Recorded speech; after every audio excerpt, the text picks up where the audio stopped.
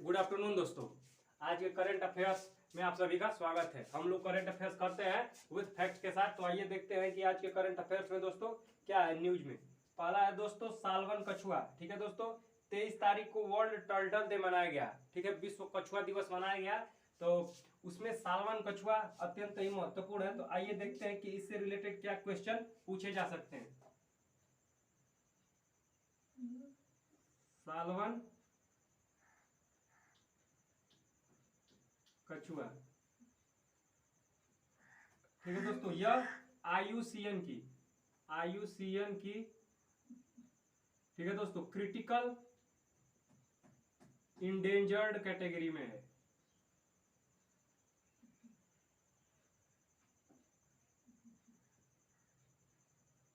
IUCN की question पूछता है स्टेट पीएससी और यूपीएससी की सालवन कछुआ आईयूसीएन की किस कैटेगरी में है। तो यह आईयूसीएन की क्रिटिकल इंडेंजर्ड कैटेगरी में है। ठीक है, कौन?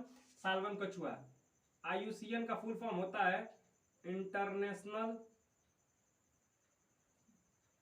Union of conservation of nature. ठीक है दोस्तों, क्या होता है international union of conservation of nature. Headquarter पूछेगा तो ग्लैंड में इसका हेडक्वार्टर है। और इस्टेब्लिश कब हुआ था? तो 5 कब हुआ था दोस्तों? तो 5 अक्टूबर 1948 को, 5 अक्टूबर 1948 ईस्वी को इसकी स्थापना हुई थी। सालवन कछुआ आईयूसीएन की क्रिटिकल इंडेंजर्ड कैटेगरी में है, international union conservation of nature. ठीक है दोस्तों, आईयूसीएन की फुल फॉर्म होती है international union of conservation of nature. Headquarter कहाँ है? ग्लैंड में। स्टेब्लिश कब हुआ था? 5 अक्टूबर 1948 ईस्वी को क्या हुआ था दोस्तों? इसकी स्थापना हुई थी। ठीक है दोस्तों, अगर पूछे कि सालवन कछुआ का दूसरा नाम क्या है, ठीक है दोस्तों, अगर पूछे कि सालवन कछुआ का दूसरा नाम क्या है, तो याद रखिएगा सालवन कछुआ का दूसरा नाम अगर पूछ दे तो इसका नाम है एलोगांटा।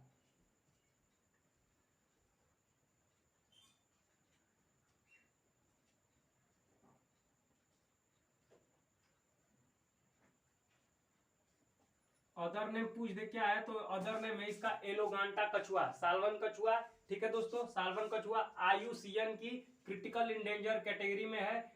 आईयूसीएन की फुल फॉर्म पूछे तो international union conservation of nature. Headquarter पूछे तो ग्लैंड में है। स्टेब्लिश कब हुआ था? तो 5 अक्टूबर 1948 ईस्वी को हुआ था। अगर पूछेगा क्या विश्व कछुआ दिवस कब मनाया जाता है, तो 23 मई को, क्या 23 मई को मनाया जाता है विश्व कछुआ दिवस। 23 मई को मनाया जाता है। और इसका जो होता है, अगर थीम पूछ दे, क्या दोस्तों थीम पूछ दे, वर्ल्ड ठीक है, वर्ल्ड टर्टल डे का थीम पूछ दे या टर्टराइज डे का थीम पूछ दे तो क्या बताएंगे दोस्तों?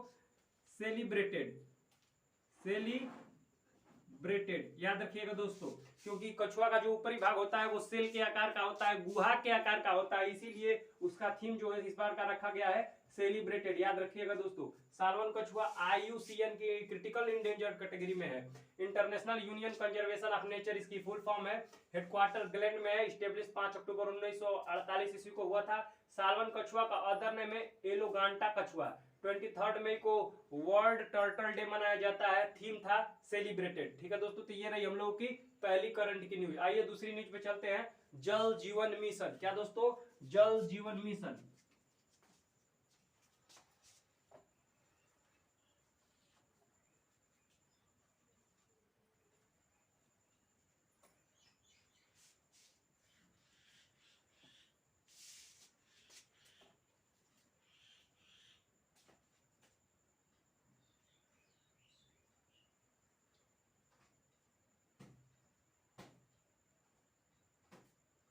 ठीक है दोस्तों, जल जीवन मिशन। ठीक है दोस्तों, यह किसके द्वारा, पहले तो पूछेगा किसके द्वारा लॉन्च किया गया था? जल एवं शक्ति मंत्रालय द्वारा।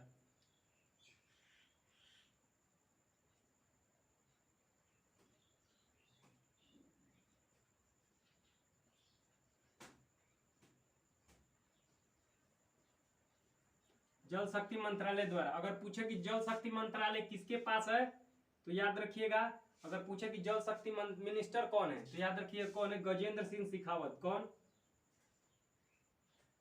गजेंद्र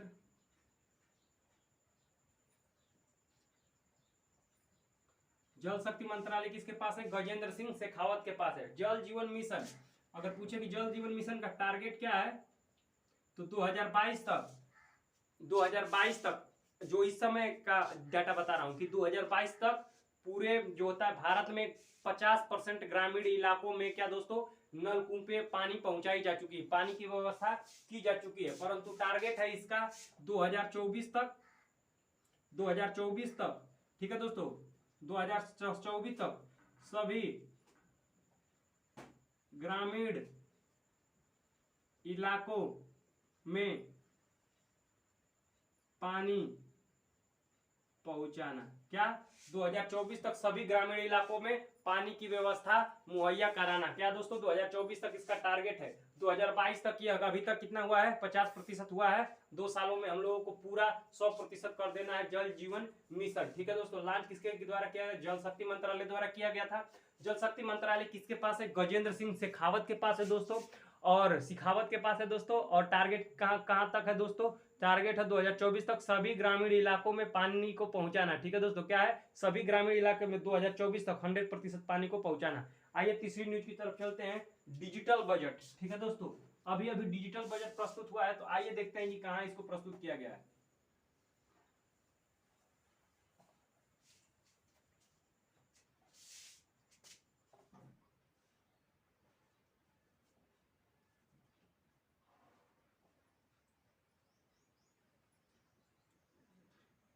डिजिटल बजट प्रेजेंट में प्रस्तुत हुआ है। अगर पूछे कि वर्तमान में कहां प्रस्तुत हुआ है, तो यूपी में, अभी यूपी में हुआ है।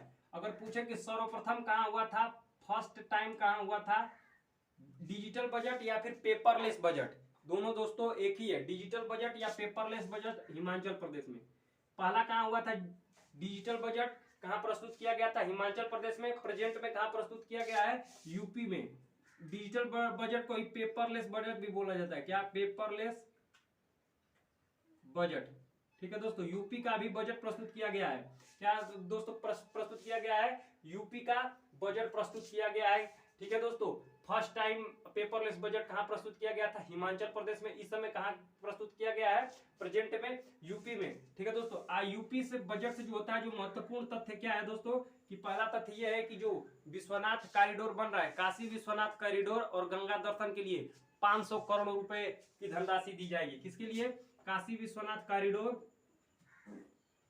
काशी विश्वनाथ और गंगा दर्शन के लिए। क्या दोस्तों? गंगा दर्शन के लिए 500 करोड़ का निवेश होगा, 500 करोड़ का निवेश होगा। दूसरा है कि वाराणसी और गोरखपुर में, क्या दोस्तों? वाराणसी और गोरखपुर में मेट्रो चलेगी। ठीक है दोस्तों, तीसरा है कि जो अयोध्या मंदिर बन रहा है, उसके लिए 300 करोड़ का राशि दी गई है। किसके लिए? अयोध्या मंदिर जो बन रहा है,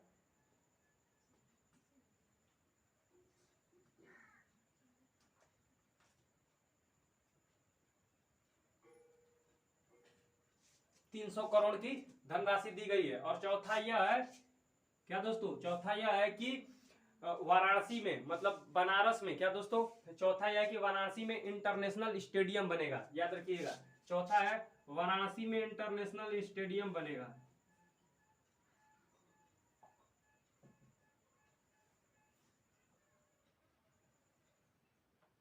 वाराणसी में इंटरनेशनल स्टेडियम बनेगा। इस बार यूपी की, जैसे यूपी की जो वन डिस्ट्रिक्ट, क्या दोस्तों? जैसे वन डिस्ट्रिक्ट वन प्रोडक्ट किसका है? एक जिला और वो एक प्रोडक्ट किसका है? यूपी का है। उसी तरह इस बार यूपी ने वन डिस्ट्रिक्ट और वन गेम्स, या एक जिला और एक खेल, एक जिला और एक खेल योजना किसकी है इस बार की? यूपी की है। किसकी? एक जनपद और एक खेल किसकी है इस बार भी? यूपी की। यह याद रखिएगा कि यूपी की, जैसे वन डिस्ट्रिक्ट वन प्रोडक्ट किसकी योजना है, तो आपको ध्यान होगा कि यह किसकी योजना है। याद रखना है कि यह योजना किसकी है? हमारे यूपी की है। उसी तरह इस बार जो होता है, हम लोगों ने क्या किया है? वन डिस्ट्रिक्ट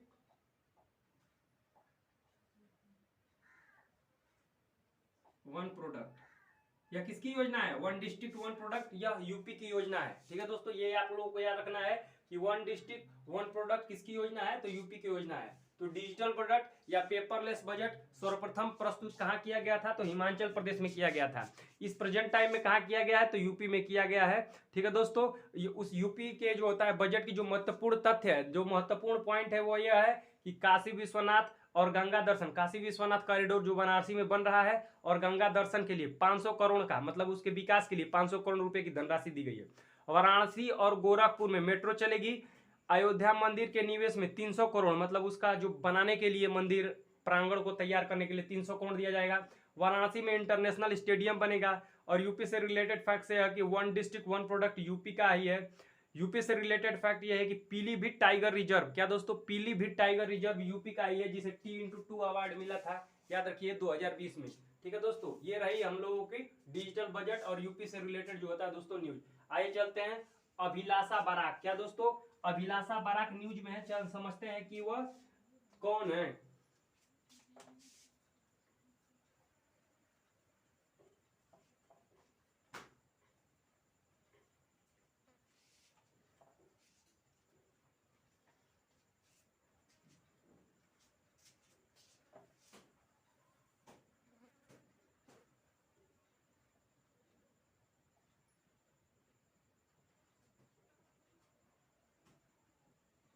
अभिलाषा बराक इंडिया की, मतलब भारत की फर्स्ट वुमेन यानी महिला कॉम्बैट एविएटर है। क्या पूछेगा कि भारत की पहली महिला वुमेन कॉम्बैट एविएटर कौन है, तो याद रखिएगा वो है अभिलाषा बराक। ये क्या होता है, आर्मी में दोस्तों, आर्मी में जैसे जो जो हेल्पर का काम करती है, मतलब जो फ्लाइट जो उड़ाया जाता है, ठीक है दोस्तों, उसमें जो जैसे कि आप लोगों ने उरी मूवी देखी होगी, ठीक है दोस्तों, तो विकी कौशल जब अटैक करते हैं सब, तो एक महिला नहीं होती है जो कि फिर हेलीकॉप्टर लेके पहुंचती है, तो वही काम किसका होगा, किसका कौन काम करेगा, वो अभिलाषा बराक वही काम करेंगी। ठीक है दोस्तों, इंडिया की फर्स्ट वुमेन कॉम्बैट एविएटर कौन बनी है, आर्मी की अभिलाषा बराक, याद रखिएगा। इंडिया की फर्स्ट वुमेन कॉम्बैट एविएटर बनी है, आर्मी की है अभिलाषा बराक। ठीक है दोस्तों, अगर पूछेगा प्रथम फाइटर जेट किसने उड़ाया था, तो भावना कांत ने। अगर पूछेगा आपसे कि फाइटर जेट उड़ाने वाली भारत की प्रथम महिला कौन थी, तो याद रखिएगा भावना कांत। ठीक है दोस्तों, आइए अगले न्यूज की तरफ चलते हैं कि इंडियन ओलंपिक एसोसिएशन न्यूज में क्यों है।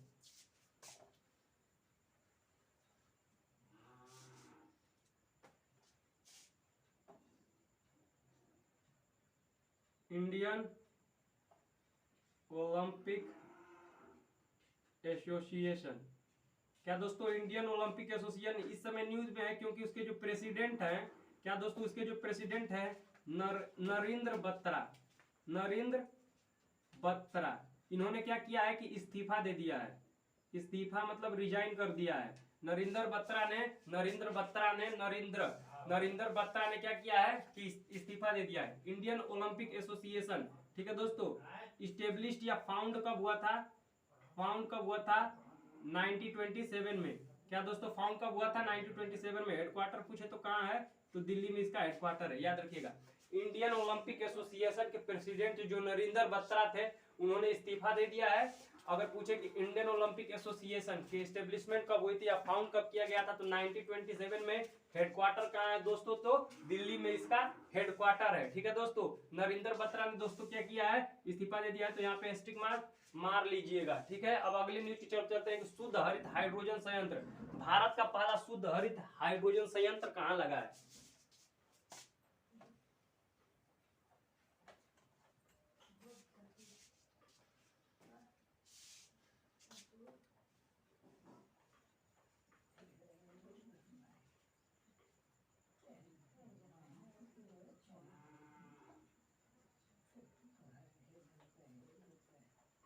याद रखिएगा दोस्तों कि 99.99%, क्या दोस्तों, 99.99% शुद्ध हरित हाइड्रोजन संयंत्र भारत का पहला लगा है कहाँ, आसाम में। ये आपको याद रखना है। ये अत्यंत ही महत्वपूर्ण क्वेश्चन है कि शुद्ध हरित हाइड्रोजन क्या शुद्ध हरित हाइड्रोजन संयंत्र भारत का, इंडिया का पहला है, याद रखिएगा इंडिया का पहला है, इंडिया का फर्स्ट है। कहाँ लगा है? आसाम में लगा है। ठीक है दोस्तों, आसाम में लगा है। आसाम जो होता है वो सेवन सिस्टर्स जो होते हैं उसमें आता है। सेवन सिस्टर्स में कौन कौन आते हैं? अरुणाचल प्रदेश, असम, मेघालय, नागालैंड, मणिपुर, ठीक है दोस्तों, मिजोरम, त्रिपुरा और वो असम और मिजोरम। ठीक है दोस्तों, ये 7 जो होता है दोस्तों सेवन सिस्टर्स में आते हैं। ठीक है दोस्तों, इसमें असम भी आता है। तो असम जो होता है वह प्रथम स्टेट हुआ है जिसने शुद्ध हरित हाइड्रोजन संयंत्र, क्या है दोस्तों, शुद्ध हरित हाइड्रोजन संयंत्र लॉन्च करने वाला भारत का प्रथम स्टेट हुआ है। अगर ऐसे नहीं पूछेगा तो आपको ऐसे घुमा के पूछेगा कि भारत का कौन सा ऐसा पूर्वोत्तर राज्य है जिसने भारत का पहला शुद्ध हरित हाइड्रोजन संयंत्र लॉन्च किया है, तो भी आसाम ही है। ठीक है दोस्तों, आइए चलते हैं एफडीआई। ये भी वन लाइनर ही है। क्या दोस्तों, यह भी वन लाइनर ही है। अगर हाइड्रोजन से रिलेटेड पूछे तो याद रखिएगा हाइड्रोजन का एटॉमिक नंबर 1 होता है। हाइड्रोजन जो होता है वो रंगहीन गंधहीन गैस होती है। क्या? हाइड्रोजन रंगहीन गंधहीन है, लेकिन क्या है, यह ज्वलनशील होती है। क्या? ज्वलनशील गैस है। याद रखिएगा हाइड्रोजन रंगहीन गंधहीन तो होती है, लेकिन यह एक ज्वलनशील गैस है। हाइड्रोजन का एटॉमिक नंबर पूछेगा तो दोस्तों यह तो एक ही है, ये आपको याद रखना है। बस इतना ही है इससे। FDI, foreign direct investment. क्या दोस्तों, अब देखते हैं फॉरेन डायरेक्ट इन्वेस्टमेंट।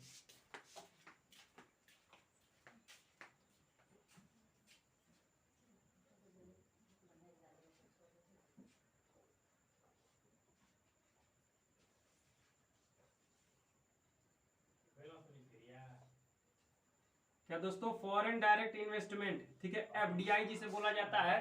ठीक है दोस्तों, इसमें जो होता है इस बार मतलब 2022 में, ठीक है दोस्तों, 2022 में फॉरेन डायरेक्ट इन्वेस्टमेंट में 2022 में अर्थात 2022 में फॉरेन डायरेक्ट इन्वेस्टमेंट सबसे ज्यादा किस स्टेट में हुआ है, मतलब किस स्टेट में सबसे ज्यादा यह मुद्रा आई है, तो याद रखिएगा दोस्तों क्या है वह, कर्नाटका। कर्नाटका में। कहा दोस्तों? कर्नाटका में इस बार सबसे ज्यादा यह इन्वेस्टमेंट हुआ है। याद रखिएगा कर्नाटका। कर्नाटका दोस्तों क्या है? कर्नाटका से आप लोगों को ध्यान रखना है कि कर्नाटका में बाबा भूदान की पहाड़ी है। किसकी? बाबा भूदान की पहाड़ी। कहाँ है?